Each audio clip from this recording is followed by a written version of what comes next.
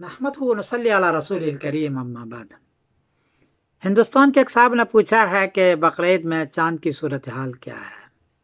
جواباً عرض یہ ہے کہ 10 جولائی بروز سنیچر کو ہندوستان سورت میں چاند کی اونچائی ہے 5 ڈگری، برما میں چاند کی اونچائی ہے 5 ڈگری، کراچی میں بھی چاند کی اونچائی ہے 5 ڈگری، پشاور میں چاند کی اونچائی ہے 5 ڈگری۔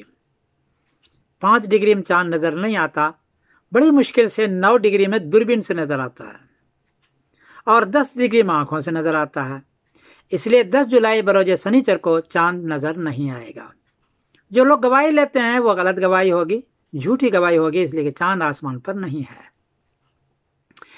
11 جولائی بروز اتوار کو ہندوستان میں چاند کی اونچائی ہے 16 ڈگری، برما میں چاند کی اونچائی ہے 15 ڈگری، کراچی میں چاند کی اونچائی ہے 15 ڈگری، پشاور میں چاند کی اونچائی ہے 14 ڈگری۔ اس لیے 11 جولائی بروز اتوار کو ان مقامات پر انڈیا، پاکستان، برما، بنگلہ دیش، ان مقامات پر 11 جولائی بروز اتوار کو چاند نظر آئے گا اور 12 جولائی بروز پیر کو ذی الحجہ کی پہلی تاریخ ہوگی۔ اس اعتبار سے 21 جولائی بروز بدھ کو ان حضرات کی ان سارے خطے والے کے بقرعید ہوگی۔